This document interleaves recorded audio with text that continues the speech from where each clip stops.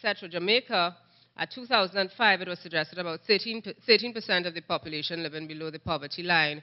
But given, again, Dr. Leon's exposition this morning and some of the other things that we were hearing at the earlier sessions, it is not difficult for us to imagine that these data could, in fact, if you went in and you did some additional research between 2005 and 2009, for example, in Jamaica, one might arrive at the conclusion that poverty levels have, in fact, increased in those countries. What is the linkage between microfinance institutions and economic development? The core role of the MFI is to provide financial services, typically credit and savings, to poor communities. So you have MFIs that are only engaged in the business of providing credit, and then you have other kinds of MFIs, such as our credit unions, that are usually geographic-based or occupationally based, that provide services to poor communities that are otherwise cut off from formal financial services. These MFIs, the loans that they extend can be utilized to alleviate poverty, since they offer small loans to foster small-scale entrepreneurship activities. So instead of giving you a bly in terms of some kind of unemployment relief payment, or some sort of transfer payment, what they do is that they give you some small money so that you can start up a little parlor, you can set up some kind of retail business, you can set up a stall in the market, and these are some of the actual kinds of businesses that we visited. So you can set up a little sewing shop, all of these kinds of small businesses. And the clientele of the MFI, again, because of their demographic profile, they would often not be considered by formal financial institutions to receive loans. Meridian 2005 suggests that several MFIs in disaster-prone areas, access to microfinance services can support disaster preparedness and risk reduction by decreasing the client's vulnerability. When clients have access to financial services during crisis situations, the impact of the disaster may be considerably reduced, with the caveat, of course, being provided they have the means and the wherewithal to actually get to the MFI. An unprepared MFI, however, may not only fail to protect its clients, but it put its own survival at risk. Again, because if your client is not able to pay to service their loans, then it means that the liquidity position of the MFI, the portfolio of the MFI, is compromised. I'll skip that one and move from the generic literature into what is happening in the Caribbean context with MFI. Mark and Chalmers suggest that our MFI industry in the Caribbean is immature compared to other developing countries.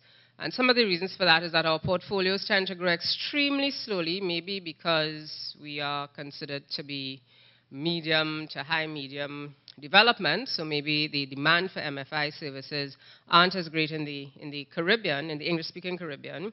High levels of delinquency, poor outreach, high dependency on donor funding, so that there is very little need, I should say, for microfinance services in the Caribbean. And to add to that, one MFI that I visited in Trinidad actually had me wondering about redefining the concept of microfinance institutions, because that particular institution that marketed itself as a microfinance institution, the minimum loan you can get from that institution was $10,000 or $15,000, which did not, according to the MFI, to the literature on microfinance institutions, really was not, that was a small business loan as opposed to a microfinance loan. When we talk about microfinance, you're really talking about very small amounts of money that people can repay, so you make your loan repayment on a weekly basis, or as the case might be. Another fact about MFIs in the Caribbean in terms of our appreciation of disaster risk and about that dimension of our vulnerability, a 2007 survey conducted by the Multilateral Investment Facility at the IDB, a survey of 47 Caribbean MFIs suggested that more than 60% of these institutions did not have a contingency plan to deal with risks from natural disasters. 94% had no institutional and client risk diagnostics. So you had no notion of whether your client is living in a floodplain, whether your client is living in a highly volatile area in terms of let's call a spade a spade. If your client is living in Tivoli Gardens, and therefore that means that gang warfare can break out at any point in time. 78% of these MFIs had no preventive and emergency relief policies in place. So all in all, they were unprepared to deal with the event, with the advent of a disaster. Any specifics in terms of the country cases, in Jamaica, it is difficult for the poor to get access to credit by conventional means. Microfinance schemes are innovative ways of providing the poor with access to capital and thus a way out of poverty. Women are particularly out of the loop in terms of financial access, and microcredit schemes are actually a way of empowering women in terms of engaging economic activities and therefore by extension alleviating poverty. In the case of Grenada, this research was done in 3 countries, Jamaica, Grenada, and St. Vincent. I'm only talking about 2 of them today because there are some commonalities. In Grenada, it was a credit union that we visited, and in that particular case, the credit union members relied on remittances received from abroad to put into their savings account in the credit union or to service their loans. That was slowing down because of the global recession. But more importantly, there was an introduction of VAT by the government of Grenada that was negatively affecting micro and small business operators. So there appeared to be a disconnect between what the MFIs were trying to do in terms of poverty alleviation and creating sustainable livelihoods and what the government was attempting to do in terms of fiscal management. Again, in the Caribbean context, some of the impacts observed on the impact of disasters on MFIs and on their clients: moderate to severe loss of credit portfolio, client migration. So something happens in a particular area, the client may feel that he or she is unable to recover from that particular natural hazard impact, and they then pick up themselves and they go somewhere else. So you have no way of tracking the particular client. Some of the clients, again, because of the nature of the socio-demographic characteristics of the clients of MFIs, they sometimes use their houses as collateral, or their business actually takes place in their house. And because the house and business and the collateral is located in a hazard-prone area, in times of a natural hazard passing or disasters, the case might be, business and home and collateral are all lost. When the disaster passes, temporary unemployment and loss of business. One woman I visited with in Portmore in Jamaica, she used to have a beachside bar that serviced. She used to cook some food and serve drinks and stuff to the fishermen because it's a fishing community. And after Hurricane Ivan, when she went back to look at her business to assess the damage so that she can go to the credit union, she couldn't find where her business was because her business was made of the construction, quote unquote, was a parlor constructed with loose boards and loose galvanized, etc. So because of the passage of Hurricane Ivan, she couldn't find where anything was. So she just saw a vast expansive area. So she lost her business, her home, and the collateral. So she had to go and try to explain to the MFI what she used to have and where it used to be, which was itself a kind of challenge. Quickly, some conclusions. 2 main conclusions from the case studies. The majority of Caribbean microfinance institutions are vulnerable to the impacts of disasters on their portfolio and on their clients, but they're not aware of the extent of the vulnerability.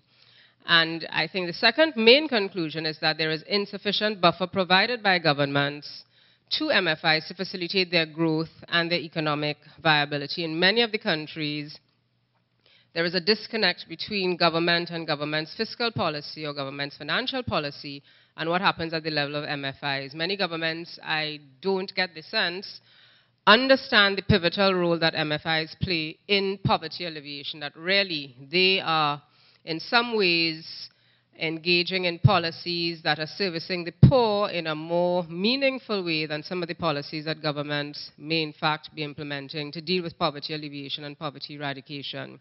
In terms of recommendations, public education. I think it's absolutely important that given our vulnerabilities, given where we lie in this neck of the woods, that both institutions and clients, the public at large, appreciate the kinds of vulnerabilities to which we are exposed and therefore be able in a better position to put mechanisms in place to reduce their exposure to these disasters and engage in what we call ex-ante disaster risk mitigation.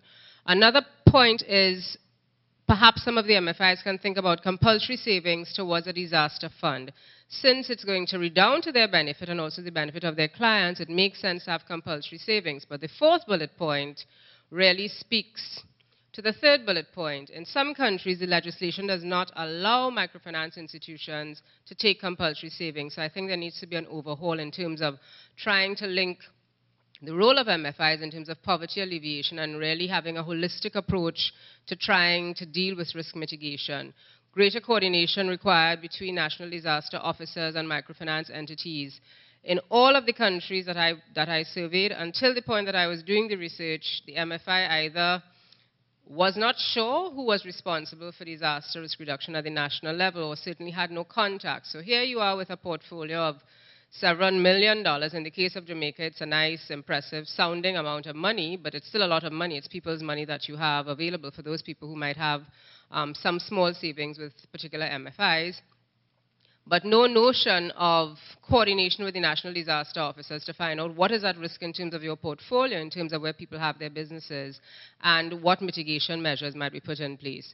Partnerships, I think greater partnerships need to be forged between governments and MFIs, given the central role that MFIs have in poverty alleviation. And the last point I want to make quickly before my chair really loses patience with me is that MFIs really need to have a business continuity and disaster recovery plan, and these ought to be updated annually and communicated effectively to persons working in the MFI and also to the clients of the MFI, because it is only with that very holistic and certainly tripartite approach that involves the MFI, their clients, and the government, and by extension, when I say the government, also the national disaster agencies or their agents, that we can really try to deal with sustainable development issues and disaster risk management issues in a holistic way that redounds to the benefit of the MFIs and also to the benefits of their clients.